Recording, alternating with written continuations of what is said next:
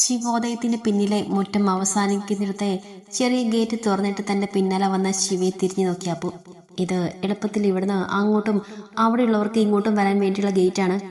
നേരെയുള്ള വഴി ശിവോദയത്തിലെ മുൻ ഗേറ്റ് കഴിഞ്ഞ് കാണുന്ന കാർ പോകുന്ന ഇട റോഡാണ് അപ്പുവിന്റെ വീട്ടിലേക്ക് പോകാനുള്ള വഴി. വാ. അവൾക്ക് നേരെ കൈ നീട്ടി വിളിച്ചവൻ.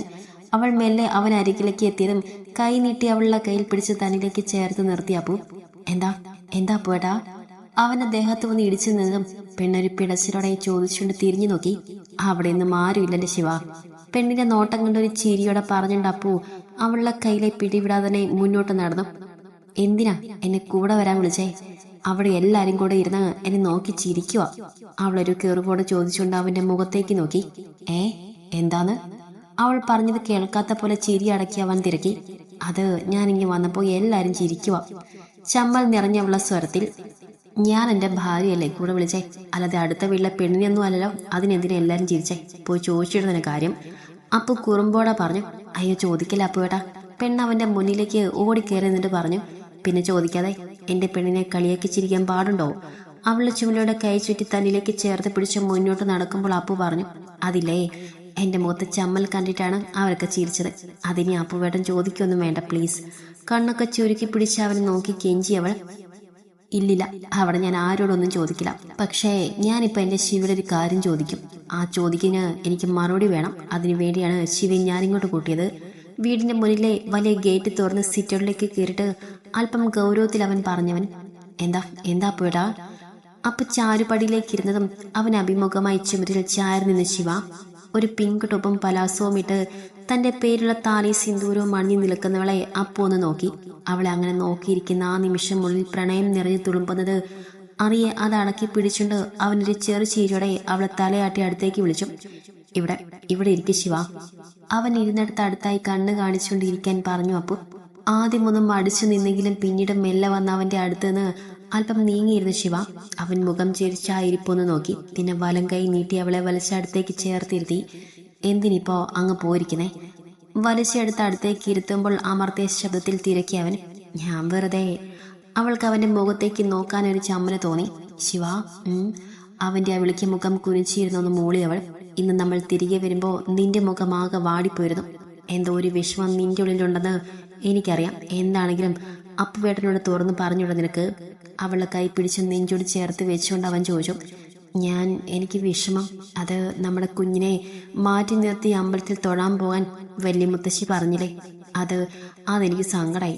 ഇനി മുൻപൊരിക്കൽ അവർ പറഞ്ഞതുപോലെ അവളുടെ ദോഷമാണ് എല്ലാവരും ഭോഗം കാണണമെന്നൊക്കെ വീണ്ടും പറഞ്ഞു കളയുമോ എന്നൊരു നിമിഷം ഞാൻ ഭയന്നുപോയി. അതൊക്കെ ചിന്തിച്ചുള്ള വിഷമമായിരുന്നു എനിക്ക്. പക്ഷേ അവരോട് പറയേണ്ട മറുപടി അപ്പുവട്ടം പറഞ്ഞില്ലേ, അത് കേട്ടപ്പോൾ സന്തോഷവും തോന്നി. തന്നോട് ചേർന്നിരുന്ന് പറയുന്നവരുടെ മുഖത്തിപ്പോൾ നിറഞ്ഞൊരു ചിരി വീഞ്ഞു.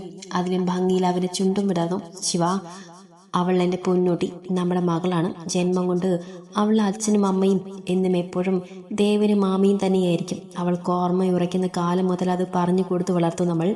അതുപോലെ ഒരു അച്ഛൻ്റെയും അമ്മയുടെയും സ്നേഹവും കരുതലും വാത്സല്യവും ശിക്ഷണവും കൊടുത്ത് നമ്മുടെ മൂത്ത മകളെ നമ്മൾ അവളെ വളർത്തും.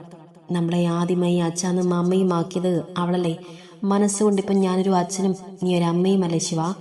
അവൾ എവിടെയും മാറ്റി നിർത്തപ്പെടില്ല. അങ്ങനെ നിർത്താൻ നമ്മൾ ജീവിച്ചിരിക്കുന്ന കാലം വരെയും ആരെയും അനുവദിക്കുകയുമില്ല. അങ്ങനെയുള്ളിടത്ത് നിന്ന് നമ്മൾ അവളുമായി മാറി നിൽക്കും. ആ ഉറപ്പ് പോരെ എൻ്റെ ശിവയ്ക്ക്? അവളെ ചേർത്ത് പിടിച്ചുകൊണ്ട് തന്നെ അവൻ ചോദിക്കെ വിങ്ങലോടെ തലയാട്ടി അവൾ. ആ തലയാട്ടിലും നിറഞ്ഞ കണ്ണുകളോടെയാണെങ്കിലും ആ ചുണ്ടിൽ വിടർന്ന ചിരിയുമൊക്കെ കാണേ വലം കൈ കൊണ്ട് അവളെ തന്നിലേക്ക് ചേർത്ത് പിടിച്ചവൻ ആ തൂനെറ്റിയിൽ വാത്സല്യമോ പ്രണയമോ ഒക്കെ കൂട്ടിക്കുഴിച്ച് അരിമയുടെ ചുണ്ടമർത്തി വെച്ചു. അപ്പുവിന്റെ കയ്യിൽ കൈ കോർത്തി പിടിച്ച് മുറ്റത്തോടെ സന്തോഷത്തോടെ നടന്നു വരുന്നവളെ കാണാൻ മനസ്സ് നിറഞ്ഞ് ചിരിച്ചു ഉഷ. ഈ വിവാഹത്തിന് ശിവ സമ്മതം പറയുമ്പോൾ പോലും ഇത്രയും പെട്ടെന്ന് അപ്പുവുമായി അടുക്കാൻ അവൾക്കാകുമെന്ന് ഉഷ കരുതിയിരുന്നില്ല. എന്നാൽ ഇന്ന് രണ്ടാളുടെയും മുഖത്ത് സന്തോഷവും ചുണ്ടിൽ തെളിഞ്ഞു നിൽക്കുന്ന ചിരിയും കാണേ അവർക്ക് വല്ലാത്ത സമാധാനവും സന്തോഷവും തോന്നി. എന്താ എന്റെ അമ്മക്കുട്ടി ഞങ്ങളെ നോക്കിച്ചിരിക്കുന്നേ? നടപ്പടിയിൽ നിന്ന് ഉഷയെ തോളിയുടെ കൈ ചുറ്റി ചേർത്ത് പിടിച്ചുകൊണ്ട് അപ്പു ചോദിച്ചു. എന്റെ മക്കളുടെ മുഖത്ത് സന്തോഷം കണ്ട് ഞാനും സന്തോഷിച്ചതാണ്. രണ്ടാളെയും ഒരുപോലെ ചേർത്ത് പിടിച്ചുകൊണ്ട് പറഞ്ഞു ഉഷ. മിഴി എവിടെ അപ്പച്ചി? അങ്ങനെ തന്നെ നിന്നോണ്ട് ശിവ തിരക്കി. ദിവ്യയുടെ കൂടെയുണ്ട്. ആ പൊടി എന്തൊക്കെയോ കോപ്രായമൊക്കെ പഠിപ്പിക്കുന്നുണ്ട് പെണ്ണ്. വീടിനുള്ളിലേക്ക് തിരിഞ്ഞു നോക്കി ചെറുചേരിയുടെ ഉഷ പറഞ്ഞു. നോക്ക് പൊന്നൂട്ടി, നമ്മളെ കൊണ്ട് പോകാതെ എവിടെ പോയിട്ട് വന്ന് ഭാര്യയോടും ഭർത്താവിനോടും നമ്മൾ പിണക്കമാണ്, അത് മറക്കരുത്. കുഞ്ഞിപ്പെണ്ണിനെ ഒക്കത്ത് വെച്ചുകൊണ്ട് അങ്ങോട്ട് വന്ന ദിവ്യ രണ്ടാളെയും മാറി മാറി നോക്കിയിട്ട് കുഞ്ഞിനോടെന്ന പോലെ പറഞ്ഞു, എടിയടി, എന്റെ കൊച്ചിനോട് എന്താടി പറയുന്നത്? അപ്പുവിന്റെ പൊന്നൂട്ടി ഇങ്ങ് വാ, ഈ വായാടിയുടെ കൂട്ട് വെട്ടിക്കേ. ദിവ്യയെ നോക്കി കണ്ണൂട്ടി പറഞ്ഞിട്ട് കുഞ്ഞിപ്പെണ്ണിന് നേരെ കൈ നീട്ടി അപ്പു. കുഞ്ഞിപ്പെണ്ണാവട്ടെ ദിവ്യയുടെ കയ്യിൽ നിന്ന് കുതിറിച്ചാടി അപ്പുവിന്റെ കയ്യിലേക്ക് പോയി. ഒപ്പം തേൻ ഒഴുക്കിക്കൊണ്ടുള്ള പാൽ പുഞ്ചിരിയും ഉണ്ടായിരുന്നു. മിണ്ടരുത്, പിണങ്ങണമെന്നൊക്കെ പറഞ്ഞപ്പോ എന്നെ ചിരിച്ച് മയക്കിയ ചുന്തിരിമണി ഇപ്പോ അപ്പുവേട്ടൻ എടുത്തപ്പോ മറുകണ്ണ് ചാടിയത് കണ്ടോ മാമി? ചുണ്ടു പിള്ളർത്തി ചോദിച്ചുകൊണ്ട് അവൾ അവരെ നോക്കി. അയ്യേ ഈ പെണ്ണ്, ഇതിപ്പോ എന്റെ പൊന്നൂട്ടിയാണോ നീയാണോ കുഞ്ഞ്? ദിവ്യയുടെ നിൽപ്പ് കാണെ ചീരിയോടെ ചോദിച്ചു ഉഷ. ഞാനും കുഞ്ഞാണ് അല്ലേ ഏട്ടാ? ഏട്ടത്തി ശിവയുടെ അടുത്തേക്ക് ചേർന്നിന്ന് കൊണ്ടാണ് ഈ തവണ ചോദിച്ചത്. പിന്നെ ഒരു കുഞ്ഞ്, അടുത്ത സെം കൂടെ കഴിഞ്ഞാൽ കല്യാണം നോക്കാൻ തുടങ്ങുന്നുണ്ട് ഞാൻ. അവളെ കൂർപ്പിച്ച് നോക്കി പറഞ്ഞിട്ട് അപ്പു പറഞ്ഞു, കല്യാണോ? എനിക്കങ്ങ് വേണ്ട ഇപ്പൊ കല്യാണം. ഞാൻ ജോലി കയറ്റിയിട്ട് കല്യാണം കഴിക്കൂ. പറഞ്ഞുകൊണ്ട് അവൾ വീടിനുള്ളിലേക്ക് ഓടി. അവളെ ഇപ്പൊ കല്യാണം കഴിപ്പിക്കണ്ട അപ്പുവേട്ടാ, അവൾ കോളേജ് ടോപ്പർ അല്ലേ. അവൾ പറഞ്ഞ പോലെ ജോലിയൊക്കെ കിട്ടിയിട്ട് മതി കല്യാണം. അവളുടെ ഓട്ടം കണ്ട് ചിരിച്ച അപ്പൂരോടായി ശിവ പറഞ്ഞു, എന്റെ മോളെ കല്യാണം എന്ന് പറഞ്ഞാ ആ പെണ്ണ് പിന്നെ ഒന്നും പറയാൻ നിൽക്കാതെ ഓടുമെന്ന് ഈ ചെക്കൻ അറിയാം. അതുകൊണ്ടല്ലേ അവനിപ്പോ അത് തന്നെ പറഞ്ഞത്. കണ്ടില്ലേ പെണ്ണോടിയത്? അപ്പുവിന്റെ ചുമലിൽ മെല്ലെന്ന് തല്ലിക്കൊണ്ട് അവർ പറഞ്ഞു. ചുമ്മാ കല്യാണക്കാരും പറഞ്ഞതല്ലാതെ പെണ്ണിനെ നിലയ്ക്ക് നിർത്താൻ പറ്റില്ല. ചെറുശീരിയോടെ പറഞ്ഞിട്ട് ശിവയെ നോക്കി കണ്ണ് ചീമി പറഞ്ഞിട്ട് കുഞ്ഞിപ്പെണ്ണിനെയും കൊണ്ട് അകത്തേക്ക് കയറി അപ്പു. അവന് പിന്നാലെ തന്നെ ശിവയുടെ കൈയും പിടിച്ച് ഉഷയും ഉണ്ടായിരുന്നു. വൈകിട്ടോടെ അരുൺ വീട്ടിലേക്ക് വന്നു കയറുമ്പോൾ പതിവ് പോലെ സീറ്റോട്ടിൽ ഇരുന്ന ഉമ്മ അവനെ കണ്ടെന്ന് പുഞ്ചിരിച്ചെന്ന് വരുത്തിയിട്ട് അകത്തേക്ക് കയറിപ്പോയി. അമ്മയൊന്നും മിണ്ടാതെയായിട്ട് 3-4 ദിവസമായിന്ന് വേദനയോടെ ഓർത്തുകൊണ്ട് അരുണും വീട്ടിലേക്ക് കയറി ചെന്നു. അവൻ അകത്തേക്ക് കയറി വന്നതും ഉമ്മ ഒരു കപ്പെടുത്ത് ഫ്ലാസ്കിൽ ചായ ഒഴിച്ചു വെച്ച് കൂടെ കഴിക്കാൻ ചക്ക വറുത്തതും പിന്നെ ഒന്നും മിണ്ടാതെ അവിടെ അടുക്കളയിലേക്ക് പോയി. അമ്മേ, ചായ ഒഴിച്ചു വെച്ചിട്ട് ഒന്നും മിണ്ടാതെ പോകുന്നവരെ കാണെ സഹി കെട്ടി വിളിച്ചു അരുൺ. എന്താരുൺ? അവർ അവിടെ നിന്ന് തന്നെ തിരക്കി. അമ്മ ഇവിടെ വന്നിരിക്കോ? ഇങ്ങനെ എടുത്തു വെച്ചിട്ട് പോയാ എനിക്ക് കഴിക്കാനും കുടിക്കാനൊന്നും തോന്നുന്നില്ലമ്മേ. നെഞ്ചിൽ സങ്കടം കനത്ത് നിന്നടെ അവരോട് സംസാരിച്ചേ പറ്റുമെന്നൊരു തോന്നൽ അരുൺ പറഞ്ഞു. 3-4 ദിവസം മുൻപ് വരെ ഞാൻ സംസാരിക്കുന്നത് നിനക്ക് ഇഷ്ടമല്ലായിരുന്നല്ലോ. ഞാൻ എന്തെങ്കിലും ചോദിച്ചാൽ അതിന് മറുപടി പോലും നിന്റെ ഭാഗത്തുനിന്നുണ്ടാകുമായിരുന്നില്ല. അതുമല്ല, ഞാൻ ഇനി നിന്റെ ഒരു കാര്യത്തിലും ഇടപെടില്ലെന്നും പറഞ്ഞിരുന്നല്ലോ. അതാകും നിനക്ക് സന്തോഷം. ഇപ്പൊ നിനക്ക് ചായ വേണമെന്നുണ്ടെങ്കിൽ എടുത്ത് കുടിക്ക്. എനിക്ക് അടുക്കളയിൽ ജോലിയുണ്ട്. നെഞ്ചു നീറി പിടഞ്ഞെങ്കിലും അതൊന്നും പുറത്ത് കാണിക്കാതെ പറഞ്ഞിട്ട് അടുക്കളയിലേക്ക് പോയ ഉമ്മയുടെ കണ്ണുകൾ നിറഞ്ഞൊഴുകി. ഒറ്റ മകനാണ് ഇവൻ. ജനിച്ച് അധികം വൈകാതെ തന്നെ അവന്റെ അച്ഛന്റെ സ്വഭാവം മനസ്സിലായെങ്കിലും ഈ കണ്ട കാലം മുഴുവനും ആ ജീവിതത്തിൽ കടിച്ചു തോന്നിയത് ഇവന് വേണ്ടി മാത്രമാണ്. എന്നിട്ടും അച്ഛനെ പോലെ മകനും തന്നെ വേണ്ട. വിങ്ങിപ്പൊട്ടി കരയുമെന്ന് തോന്നിയപ്പോൾ അവർ സാരത്തുമ്പ് വായിൽ തിരികെ ശബ്ദമടക്കി കരഞ്ഞു. അമ്മേ, കരയല്ലേ അമ്മേ, അമ്മേ പറഞ്ഞുകൊണ്ട് തന്നെ അവൻ ഉമ്മയുടെ അടുത്തേക്ക് വന്നവരെ ചേർത്ത് പിടിച്ചു. ഞാൻ ഒരുപാട് കരഞ്ഞിട്ടുണ്ട് അരുണേ. ആരെങ്കിലും ഒന്ന് ആശ്വസിപ്പിച്ചിരുന്നെങ്കിലെന്ന് ആഗ്രഹിച്ച് ഒരുപാട് കാലമുണ്ടായിരുന്നു എനിക്ക്. അന്നൊന്നും ഇല്ലാത്ത ആരും ഇനിയും എനിക്ക് വേണ്ട. അവന്റെ കൈ തട്ടി മാറ്റുന്നതിനൊപ്പം പറയുകയും കരയുകയും ചെയ്തു അവൾ. അമ്മേ, അന്നൊന്നും എനിക്ക് എന്റെ അമ്മയെ മനസ്സിലാക്കാൻ പറ്റിയില്ല. അവരെ ബലമായി പിടിച്ചുകൊണ്ട് നിറകണ്ണുകളെ പറഞ്ഞു അരുൺ. ഇപ്പോഴും നിനക്കെന്നെ മനസ്സിലാക്കാൻ പറ്റിയിട്ടില്ല. ഇനി ഒരിക്കലും പറ്റുകയില്ല. നീ നിന്റെ അച്ഛൻ്റെ മകനാണ്. ആ ചിന്തകളും പ്രവർത്തികളും ശരിയെന്ന് ചിന്തിച്ചു വളർന്ന മകൻ. നിന്നെ നേർവഴിക്ക് വളർത്താൻ കഴിയാത്ത, നിന്റെ ചിന്തകളിൽ നന്മ നിറയ്ക്കാൻ കഴിയാത്ത പരാജയപ്പെട്ടു പോയ അമ്മയാണ് ഞാൻ. എന്റെ ഈ ജന്മം ഭർത്താവിനെ കൊണ്ടോ മകനെ കൊണ്ടോ നല്ലതൊന്നും എന്നിന് കളങ്കമില്ലാത്ത സ്നേഹം പോലും കിട്ടാൻ യോഗ്യതയില്ലാത്തൊരു ജന്മമായി പോയി എന്റേത്. പോട്ടെ, ഈ ജന്മം ഇങ്ങനെ തന്നെ പോട്ടെ. അറിയാതെയും അറിഞ്ഞും ഞാൻ എന്റെ കൂടപ്പിറപ്പിനോട് ചെയ്ത തെറ്റിന് ഈ ശിക്ഷ ഞാനും അർഹിക്കുന്നു. അരുണിന്റെ കൈ തട്ടി മാറ്റി എറിഞ്ഞുകൊണ്ട് മാനസിക നില തെറ്റിയതുപോലെ ഉമ്മ പറയെ അവിടെ അവസ്ഥ കാണി കരഞ്ഞുകൊണ്ട് അവരെ ചുറ്റിപ്പിടിച്ചു അവൻ. നിത്യയുടെ മുറിയുടെ അടഞ്ഞ വാതിൽ തന്നെ നിറഞ്ഞൊഴുകുന്ന മിഴികളുടെ താരം നോക്കി നിന്നു. അന്ന് വന്നത് മുതൽ അച്ഛനും അമ്മയും താനും കൂടെ അവളോട് സംസാരിക്കാൻ ശ്രമിച്ചിട്ട് ഒരു അക്ഷരം പോലും അവർ മിണ്ടിയിട്ടില്ല. പ്രണവിനെ വിളിച്ചിട്ട് കിട്ടുന്നുമില്ല. നമ്പർ നിലവിലില്ല എന്നാണ് പറയുന്നത്. അവന്റെ അച്ഛനും അമ്മയും ഗൾഫിലേക്ക് തിരികെ പോവുകയും ചെയ്തു. അവരെയും കോണ്ടാക്ട് ചെയ്യാൻ സാധിക്കുന്നില്ല. എന്താണ് സംഭവിച്ചതെന്ന് പോലും പറയുന്നില്ല അവൾ. ഇനി മുന്നോട്ട് എന്ത് ചെയ്യണം? ആഹാരം പോലും ഏതെങ്കിലും ഒരു നേരം വന്ന് കഴിച്ചാലായി. അതും ആ സമയം ആരുടെയും മുഖത്ത് പോലും നോക്കില്ല. എന്തെങ്കിലും ചോദിച്ചാൽ കഴിക്കാൻ എടുത്തത് അവിടെ വെച്ചിട്ട് എഴുന്നേറ്റ് പോകും. അങ്ങനെ പോയപ്പോ ഒരിക്കൽ വിമൽ അവൾക്ക് നേരെ കൈ ഓങ്ങിയതാണ്. താനും അച്ഛനും കൂടെ അവനെ പിടിച്ചു വെക്കുകയായിരുന്നു. അവളുടെ മുറിക്ക് മുന്നിലെ ഹാളിലെ ദിവാനിൽ ഓരോന്നും ആലോചിച്ചിരുന്നവരുടെ കണ്ണുകൾ അപ്പോഴും പെയ്യുന്നുണ്ടായിരുന്നു. നിറഞ്ഞൊഴുകുന്ന കണ്ണുകൾ അമർത്തി തുടച്ച് ഒരിക്കൽ കൂടി അടഞ്ഞ വാതിൽ നോക്കിയിട്ട് മെല്ലെ എഴുന്നേറ്റ് ചെന്ന് ആ വാതിൽ മുട്ടി അവർ. അകത്ത് നനക്കൊന്നും കേൾക്കാതെ വന്നതോടെ അവർക്ക് ഭയം തോന്നി. നിത്യ, മോളെ, വാതിൽ തുറക്ക്. ഉള്ളിൽ ആളി ഉയർന്ന പേടിയോടെ വാതിൽ മുട്ടി വിളിച്ചു താരാ. എന്തേ നിങ്ങൾക്കൊക്കെ വേണ്ടത്? ഒന്ന് സമാധാനമായിട്ട് ഇരിക്കാൻ വിടുവോ? നിറം വീഴ്ചയോടെ തന്നെ നോക്കി നിൽക്കുന്ന പെറ്റമ്മയെ കാണി നെഞ്ചിലൊരു നോവ് തോന്നിയെങ്കിലും അത് പുറത്ത് കാണിക്കാതെ ദേഷ്യത്തിൽ തന്നെ ചോദിച്ചു. നിത്യ, നീ നീ വാതിൽ തുറക്കാതെ ഇരുന്നപ്പോ അമ്മ പേടിച്ചു പോയി. കണ്ണും മുഖവും അമർത്തി തുടച്ച് പറഞ്ഞിട്ട് അവളെ നോക്കി ചിരിക്കാൻ ശ്രമിച്ചു അവർ. ഞാൻ സൂയിസൈഡ് ചെയ്യുമെന്ന് അമ്മ പേടിക്കുന്നു. പുച്ഛം നിറഞ്ഞ ഭാവത്തിൽ അവരോട് തിരക്കി. നിത്യ, മോളെ. അവൾ ആ ചോദ്യം കേൾക്കെ താരം നെഞ്ചി വിങ്ങി വിളിച്ചു.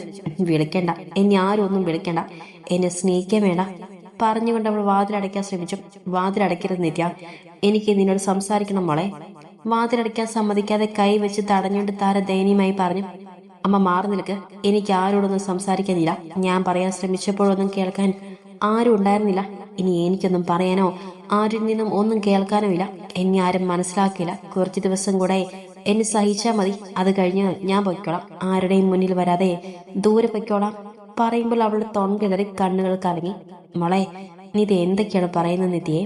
അവൾ പറയുന്ന കേട്ടൊരു പിടച്ചിലോടെ അവർ ചോദിച്ചു. അമ്മ പൊയ്ക്കോ, എനിക്കൊന്ന് കിടക്കണം. അവർക്ക് മുഖം കൊടുക്കാതെ പറഞ്ഞു അവൾ. നിത്യയെ വിളിച്ചുകൊണ്ടവർ അവളെ നോക്കി. കണ്ണുകൾക്ക് ചുറ്റും കറുപ്പ് പടർന്ന് ക്ഷീണിച്ച മുഖവും ശരീരവുമായി നിൽക്കുന്നവളെ കാണി അവർക്ക് വല്ലാതെ നൊന്തു. ഒന്ന് മാറി നിൽക്കാവോ അമ്മ, എനിക്ക് വാതിലടയ്ക്കണം. വാതിൽ തടഞ്ഞു നിൽക്കുന്നവരെ നോക്കാതെ തന്നെ അവൾ പറഞ്ഞു. എന്തെങ്കിലും കഴിച്ചിട്ട് പോരെ? അവളുടെ കയ്യിൽ പിടിച്ചവർ മെല്ലെ തിരക്കി. എനിക്ക് വിശപ്പില്ല. പിന്നെ അമ്മ പേടിക്കണ്ട, ഞാൻ സ്വയം ഇല്ലാതെയാവില്ല. അങ്ങനെ ചെയ്യുമായിരുന്നെങ്കിൽ കഴിഞ്ഞ 3-4 മാസത്തിൽ എപ്പോഴെങ്കിലും ഞാനത് ചെയ്തേനെ. പിന്നെ വിശപ്പ്, അതിപ്പോ തീരെ കുറവാണ്. എനിക്ക് വിശക്കുമ്പോൾ ഞാൻ വന്ന് കഴിച്ചോളാം. അമ്മ താഴേക്ക് പോയിക്കോ. എന്തിനാ വെറുതെ ഈ വാതിൽക്കൽ വന്നിരുന്ന് കരയുന്നത്?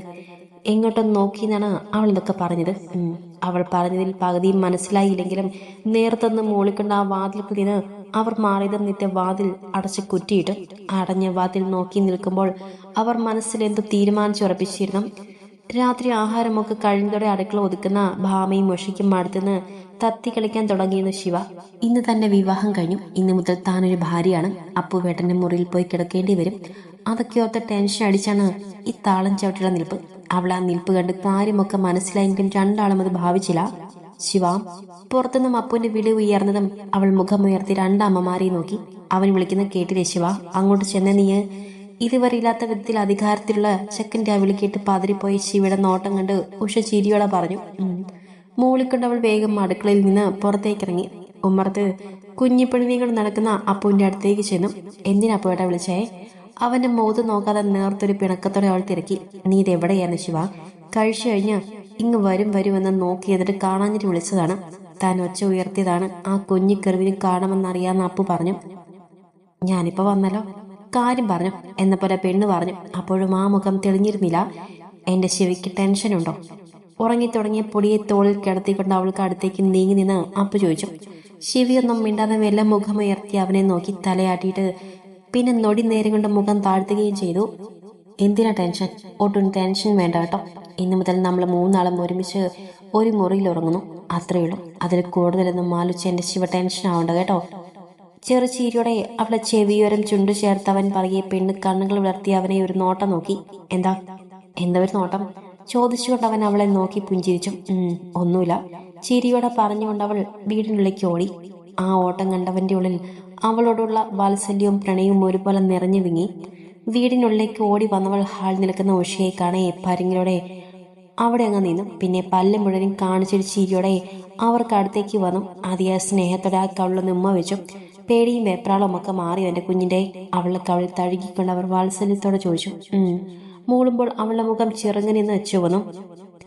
നിന്റെയും കുഞ്ഞിപ്പെണ്ണിന്റെയും സാധനങ്ങളൊക്കെ മുകളിൽ അവന്റെ മുറിയിൽ കൊണ്ടുപോയി വെച്ചിട്ടുണ്ട്. ഇനി ഒന്നും എടുക്കാൻ നിൽക്കണ്ട, നീ മുകളിലേക്ക് കയറിപ്പോയ്ക്കോ. അവളെ നെറുകിൽ തലോടിക്കൊണ്ടാണ് ഉഷ പറഞ്ഞത്. എനിക്കുണ്ടല്ലോ ഈ അപ്പച്ചി ഒത്തിരി ഇഷ്ടമാണ്. എത്ര നന്നായിട്ടാണ് അപ്പച്ചി എന്റെ അപ്പുവേട്ടനെ വളർത്തിയേ. വീണ്ടും ഉഷയെ ചുറ്റിപ്പിടിച്ച് അവിടെ കള്ളിൽ അമർത്തി ഉമ്മ വെച്ച് പറഞ്ഞിട്ട് പിന്നെ മുകളിലേക്കുള്ള പടികൾ ഓടിക്കയറി.